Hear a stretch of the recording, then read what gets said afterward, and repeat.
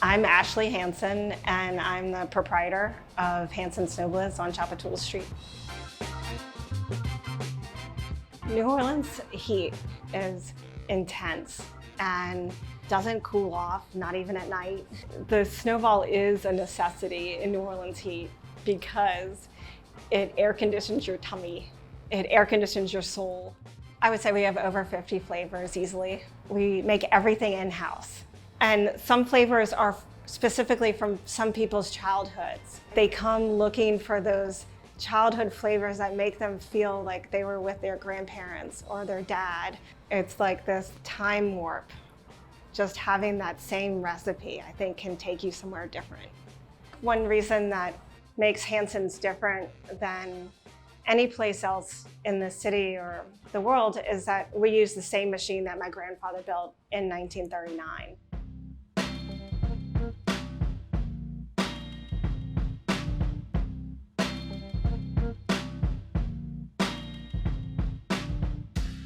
When my uncle was a child, at the time, all they had was a pushcart street vendor that would come around with a block of ice, and the man would shave the snow with a kitchen door planer. My grandfather took one look at the quality of the ice and the man's dirty hands and said, "I think I can build something better."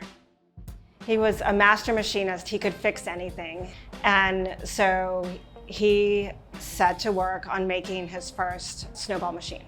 The machine works by a block of ice being pushed through spinning blades, and it shaves the snow fine, like freshly fallen snow. This can't be ice, is what you think. This is powdery, soft, like cotton candy, fluffy pillowcases of loveliness. So my grandfather made the machine basically for the family, but my grandmother saw this as a product that she could sell because it was so good. And so she made her flavors fresh every day, and she would drag the snowball machine onto the front porch and make snowballs for 2 pennies a piece for neighborhood children. And her business grew. And one day she came home with a $20 bill, and she told my grandfather, "I think we have something here." My grandfather came up with all different types of snowballs, like hot rods that you put ice cream in the middle. They came up with like the junior atomic and senior atomic, which has syrup, canned cream, crushed pineapple, crushed strawberries, marshmallow cream, and a scoop of ice cream. My grandparents were very good people and very Catholic, and they welcomed everyone in every day. People stood in line side by side, and if you didn't like it, you could leave, because my grandmother would put you out. She loved everyone that came here, and so did my grandfather.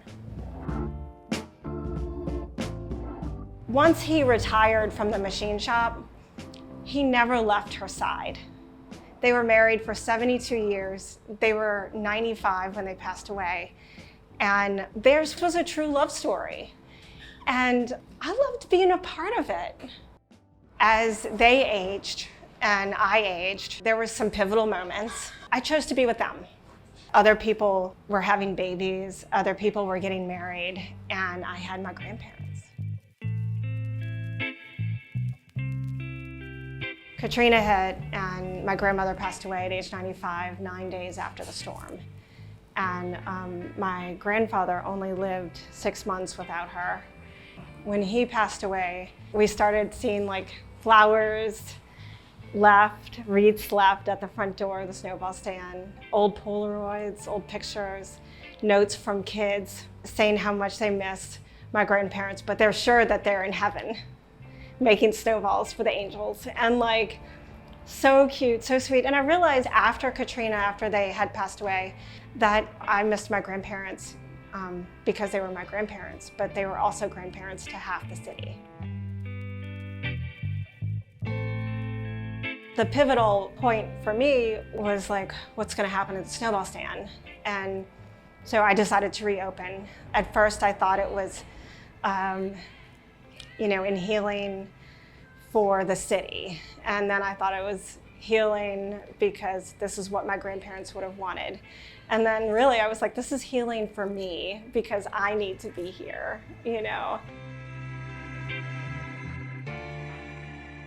The flavors meant something to me. They meant something to me. The idea of flavors and your childhood connecting, and not just my childhood, I mean, half the city of New Orleans' childhood, right? And so for me, I didn't want to see this jewel of a place close.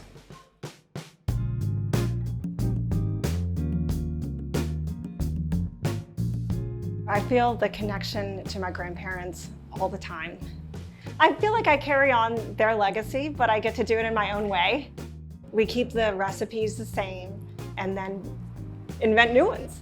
We do like the old school hard candy, lifesaver style flavors, but really I like mixing all the new flavors and fancy flavors with the old flavors and the creamy flavors and the traditional flavors. Like the freshly juiced watermelon with ginger.